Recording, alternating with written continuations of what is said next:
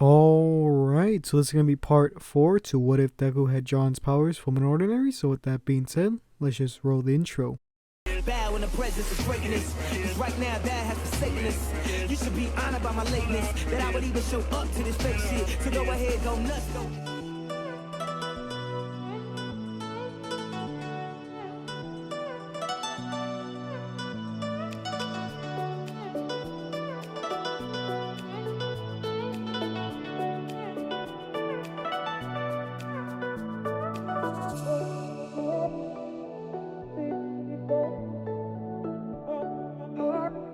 So in the last part, we had just got done with Deku and Uraraka basically doing the heroes versus villains test against Bakugo and Ida. In that, we showed the kind of limitations of Deku's quirk a bit and how he's able to get through a situation with not using his quirk as much as he's used to. Not only that, but there was a kind of a close match between Bakugo and Deku. Now, a lot of people were questioning why I made Deku, at least physically, weaker than they think they should, or he should be. And that is because, like what I explained in the last parts, is that Deku himself is not really that physically strong on his own, especially near the beginning. Now, why do I say that? Well, if you remember from the anime, All Might had made a plan for Deku, basically a workout regimen, and in there it was basically optimized for his body type and how much he can do. And Deku, he's not different in this kind of what if scenario, right? He's still Deku as he is now physically, so he wouldn't be able to train in those 10 months more than he did in canon, so he would have to be around the same level of strength. And Bakugo is someone who's always kind of training, or not really always training, but was physically stronger than Deku at that time, and that's just how it is. So that's why he's not as strong. So with that kind of clarification out of the way, let's get into the story. So in the last part, we had gotten done with All Might talking with Deku, so we're gonna go off at that point. So Deku has gone home, and this is where Bakugo is in the infirmary and All Might goes to talk to him. So at this point, Bakugo is frustrated at himself for losing to Deku. Not only that, but losing as badly as he did, having to go to the infirmary. Now, this is where All Might knocks on the door to be let in. As he goes in, he says his greetings to Bakugo, and he wants to ask him about his history or past with Deku, or young Midoriya as he would say, because he could tell that there was something off. Now, this is where Bakugo tells his side of the story. Bakugo says that throughout as long as he's known Deku, he thought he was quirkless. And Bakugo kind of spins the narrative a little bit different. Instead of saying like he was messing with someone, he said that he got into a conflict with someone. Kind of not saying directly that he was bullying someone, but he changes the story enough to make it seem like it was almost a mutual thing, or even that he wasn't the instigator. So this is what All Might's listening to, and then he hears what Deku had done, what Bakugo thinks Deku did, because he's not 100% sure that was Deku, since there's no real way he could prove it, but given the fact that it was someone who copied his power, it's pretty much him. So All Might's thinking about this, and he tells Bakugo, he says, "Young Bakugo, I could tell that throughout your life, you're used to getting things your way, and you're used to having people praise you for your power. And it's okay to have some pride in what you do, but you shouldn't have that be your one defining trait that you're strong. Because strength isn't the only thing that's important within a fight, and you learned that today against young Midoriya. Now the strong don't stay strong with young Midoriya. You thought he was quirkless, but in the end it turned out he had a quirk, and because of this you weren't prepared for it. You overestimated yourself and underestimated Izuku, or young Midoriya I should say." Now Bakugo's hearing this, and he's getting more frustrated at what All Might is telling him, and he says to Bakugo, he continues his speech basically. He says, "I could tell that listening to this is making you just mad because you've just been told your entire life that how great you are, but at UA you're gonna find out that there's gonna be people that are better than you in some way, and you just need to accept that. But it doesn't mean you can't keep trying. It doesn't mean that your growth stops here. But there's something that is stopping you, and it's this grudge that you have against Midoriya. You need to kind of just stop this hatred for him. What happened in the past was something that was done out of anger, out of frustration, maybe even fear. Have you thought what Midoriya feels about this situation? Finally being able to have power in such a long time, feeling powerless against someone like you, someone who is seen to be the next number one, at least where you came from. For someone to become the number one, you need to understand how people feel about these certain things. You need to put yourself in someone else's shoes, for a lack of a better term, because pride is a dangerous thing, because pride turns into arrogance, and arrogance causes mistakes. So you need to humble yourself. I know these words don't reach you now, but just remember this conversation we had, and maybe you could look back on it and know that I'm genuinely trying to help you here. Right now, Midoriya might not be accepting of this change in you, but eventually he will come around and maybe something better will spawn from this. But I'm just trying to help the next generation be the best that they can. And seeing you waste your potential because of some sort of grudge really does irk me. All Might then just walks out of the room, and Bakugo sits there to think on what he had just said. Now Bakugo is taking this into consideration, and he thinks to himself, like, what does he mean by this limiting me? And he thinks about it more, and he notices that, well, when he was fighting Deku, he was too focused on just beating him instead of, he was just too, I guess the best phrase for this would be this tunnel vision that he had. And because of that, he starts to thinks of ways of how he could really naturally just get back into better favors with Deku.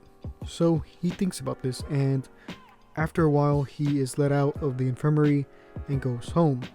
The next day, this is where the rest of Class 1A would come through for their their morning kind of class. And this is where Aizawa would tell them about the USJ event that's going to happen. They're basically their field trip, and where they're going to do rescue hero type of work. Everyone's quite excited as it's their field trip and they get to do more hero work, even if it's just practice or training. So the day would come, and obviously the parts with the villains infiltrating UA would still happen, but the events of that kind of media going into the school and scaring everyone would still happen, with Ida being the one to tell people what's happening. Now I think Ida would still become the class representative, as I don't see much change in this, so we're going to skip that. So on the day that they have to go, when Bakugo is going onto the bus, he tells Deku something that isn't exactly an apology or even basically clear the air on what he was thinking, but it's something close to that. He tells Deku at least, that test that they did, he beat him fair and square, that Deku did. And Deku's kind of confused by this because he's used to having Bakugo be, well, arrogant and prideful. So he's taken back by this, and he raises his eyebrow and he says, thanks? And Bakugo just turns away and sits in the back like he usually does. He doesn't really talk to anyone on the kind of trip there, and that same conversation on the strongest characters or the strongest students in Class 1A still appears. Now, people there would be curious on how Deku's copy quirk works, and he would explain it to them how it would work, but he wouldn't be totally, I guess, sociable. He wouldn't be the one to bring it up, and he wouldn't give out too much details, as well as his explanation being kind of lackluster, for lack of a better term.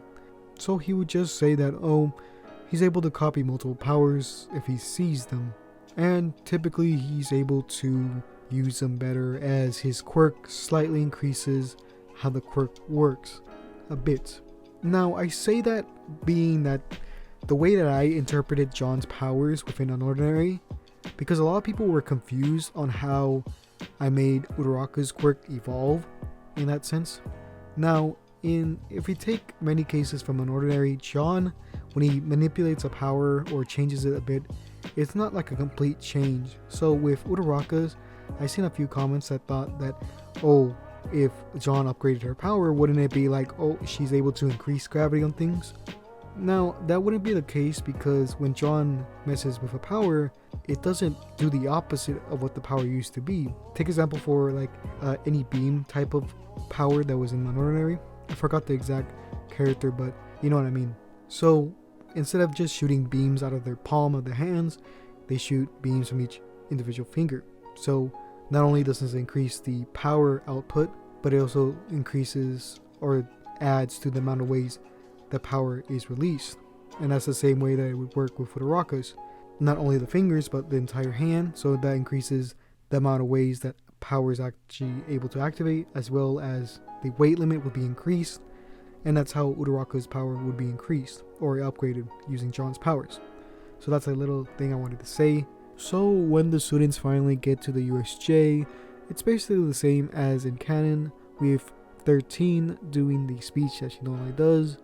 Now, I don't think Deku would be quite as affected by the speech as it was in canon, due to the fact that how his quirk works, as well as him not really being that, I guess, conscious about it, not really thinking about it too much, so it really doesn't affect him. But Bakugo, it affects him slightly, as he is starting to feel regret on what he had done to Deku, not only Deku but other people in the past, with him being, I guess, arrogant about his powers.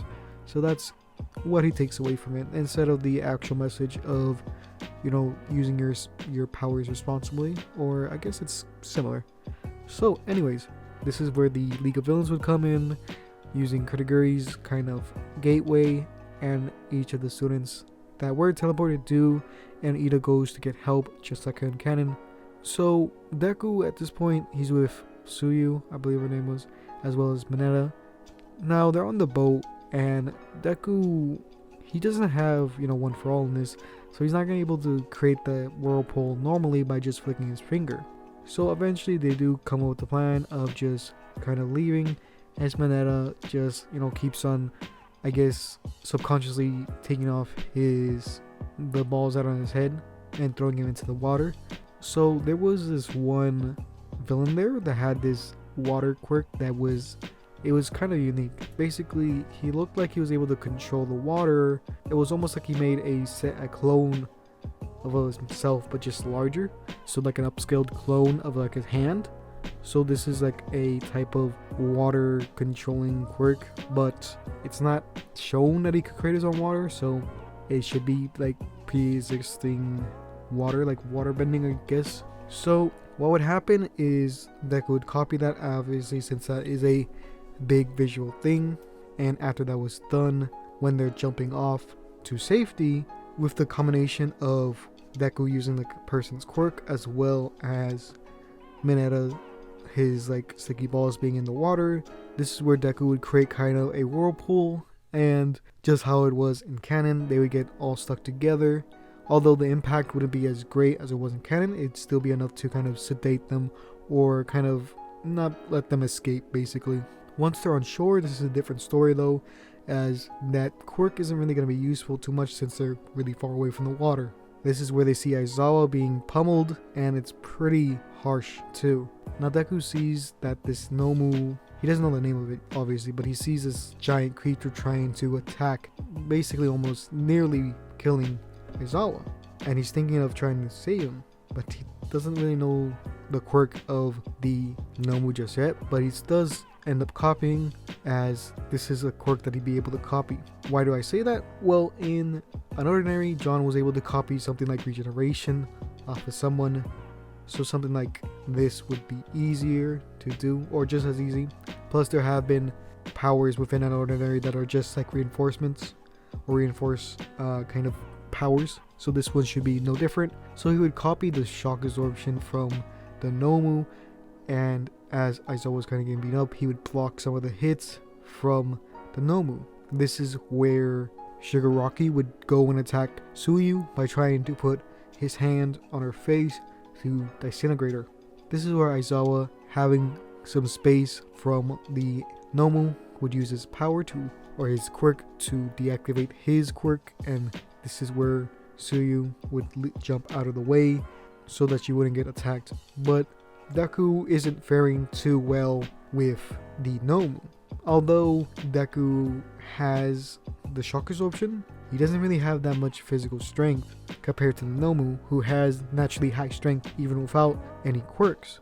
But he could feel that this Nomu has a second quirk, and he's really confused about it. Like, how does this thing have two quirks? So he copies that in its regeneration, and it's healing him, but there's no way for him to really fight against it. So he's just tanking the shots that are coming. This is when the rest of the students would come, that being 3: Bakugo, Todoroki, and Kirishima. With the 3 students there, this encounter becomes a lot easier to do.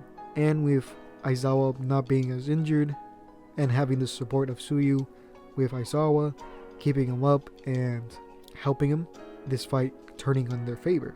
So Todoroki would use his ice to freeze the Nomu, and as that's done, this is when Shigaraki would try to touch one of them again, but Kirishima would use his hardening to try to block it, but obviously that wouldn't work. Aizawa would have to use his quirk again for a shorter duration even more, since this is getting hard on him to use his quirk. After the quirk was basically stopped for a second, Kirishima just punches Shigaraki away, and Shigaraki kind of stumbles back. This is when Kuriguri notices that Shigaraki's getting hurt, so he goes to teleport there. Shigaraki at this point is getting hysterical because he's not used to this kind of pain, or not really getting his own way, as you can see in season 1, scratching his neck violently at this point. So what's happening is, after the Nomu's frozen, Bakugo would come to basically blow it up, blowing off basically half of the body, so shoulder to basically the middle or the chest area. So his entire arm is gone, with some of the lower abdomen as well, but it starts to regenerate slowly. This is where Aizawa comes in again to block it, but it staggers only a little bit, as Aizawa's used his quirk so much at this point.